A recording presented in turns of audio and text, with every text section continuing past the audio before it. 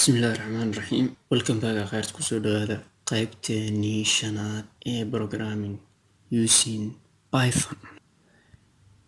Qaybtan waxaan ku qaadan doonaa types of operators. Waxaa ugu horeeya arithmetic. Typeska aan qaadan doonaa 5 7 way jirtaa laakiin waxaan ka qaadan doonaa 5 xabo.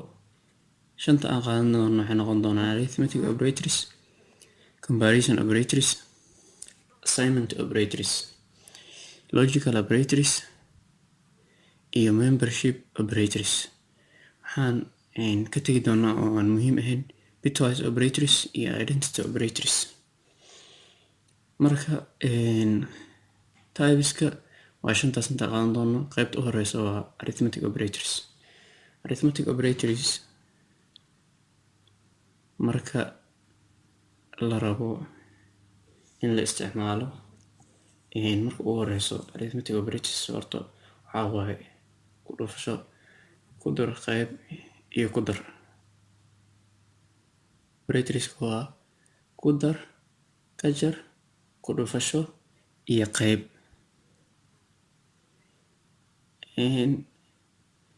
Waxaa kaloo jiro haraaga.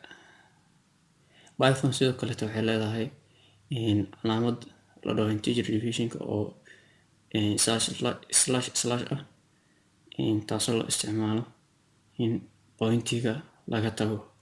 Slashka caadiga oo qaybta waa qayb point leh ama float sida loo yaqaano.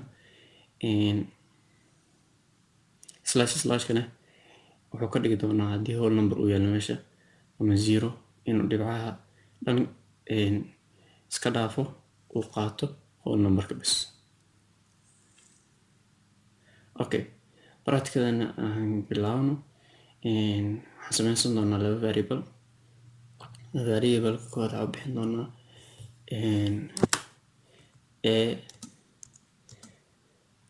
waxaan ku shubi doonaa 12.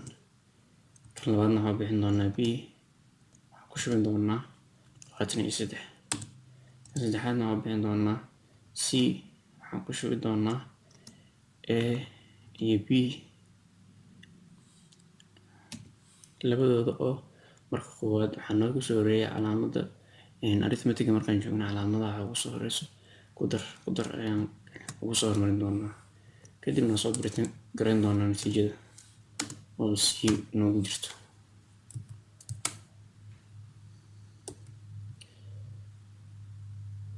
Markaas soo gareeyay waxaa soo baxday 35.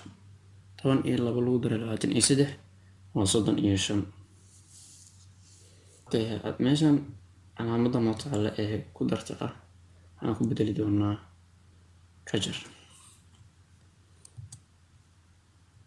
Hadii laga kala jaro waxaa soo bixi doona -12. waxaan ku bedeli doonaa ku dhufasho oo xidig loo qaato markii la joogo programming language-kan. isna wuxuu noo soo saaray 276. waxaan qaadan doonaa divisionka caadiga ah, isku qaybi 0.21. waxaa noo haray integer divisionka, waxay qaadan doontaa 0 oo keliya. inta kaleeto dhan waa iska dhaafi doonaa 0. Okay, haddii aan dhigaa meeshaas a ah, b meesha b na a ka dhigi lahaa waxay noqon lahayd oo aan ka dhigi lahaa division caadi ah 1.9 ayay noqon lahayd. Marka haddii aan ka dhigno divisionka intaas ka badan, divisionka double slashka ah oo forward slashka ah oo labada xabo ah wuxuu u wareejin doonaa 1.9k 1 u wareejin doonaa. laakiin waxaa jirta calaamad aan hadda ka tagnay oo noo dhiman, waa calaamadda reminderka ama haraaga.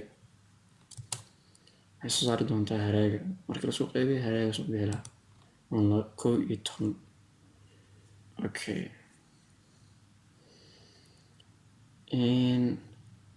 haddii aan damca ka waran inaan isku daro string, inaan ku daro character isku daro aan string. Okay, characterka aan ka dhigaa bataja, kana aan ka dhigi doonaa abc, waxaan dhigi doonaa isku kedar.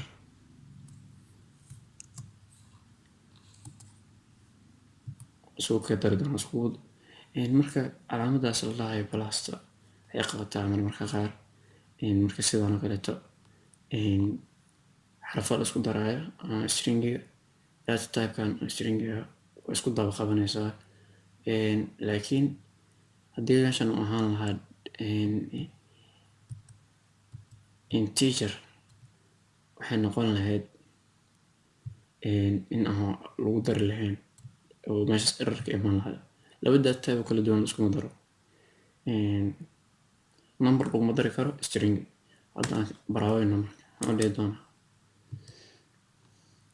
sidaa ujeedid wuxuu dhahay can only concatenate str to str. String ayaa lagu xiri karaa string, laakiin integer laguma xiri karo oo not integer. Haddii aan sameyno float aan ku darno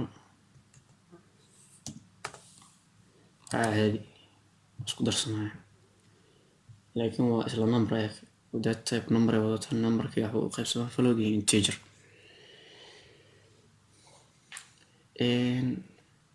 Calaamadaha arithmetic operatorska waa ay kala horeeyaan sida xisaabta camal, oo waxaa la fiirinaa ruleka badneska oo waxaa ugu horeeya bracketska, indexka ama